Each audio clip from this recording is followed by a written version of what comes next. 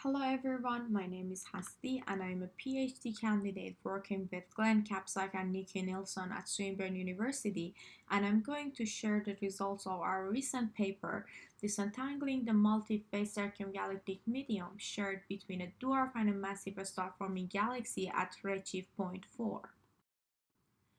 This figure shows a quasar field contributed to an intervening absorption system at redshift around point 4 that were previously known as a CGM of a bright, massive star-forming galaxy with a strong outflows, studied by Muzahid et al.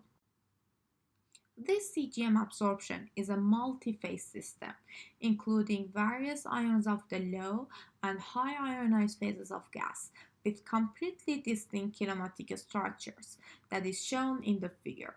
Here, the zero line is set at the redshift of the massive star-forming galaxy. This complex multi-phase system motivated us to reobserve the field using KCWI. The power of IFU enabled us to find a new dwarf galaxy in this field at the same redshift of the absorbing gas. The faint dwarf galaxy is 27 kiloparsec apart from the quasar, marked on the right figure with pink circle. Given the low star formation surface density of this dwarf, we do not expect outflows from this object.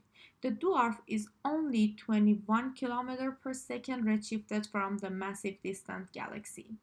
By discovering the new dwarf galaxy at a similar redshift as a previously known galaxy that was thought to be the only host of this absorption system, we re-examine the absorption and galaxy properties to discuss the origin of this multi-phase CGM in group environment. Based on statistics of a large sample like MAGICAT, dwarf galaxy resides at the ideal impact parameter to be associated to the low ionized phase of gas. Furthermore, by mapping the kinematics of absorption components and considering their metallicity, we found that the L1 component of low ionized phase is likely accreting onto the dwarf galaxy. In this figure, the blue hatch region shows the rotation velocity of massive galaxy, and the shaded dark pink region shows the estimated rotation velocity in the direction of the quasar sightline of the dwarf. As we see, the L1 component is consistent with the kinematics of the dwarf.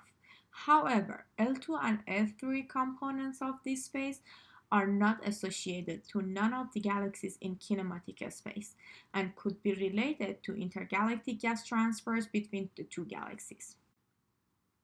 Given the properties of high ionized phase of gas like its supersolar metallicity, the presence of strong nitrogen 5, carbon 4, and oxygen 6 ions in this system, and the properties of massive distant galaxy like its mass and metal enriched outflows, we infer that high ionized phase of gas is likely fully originated from this object.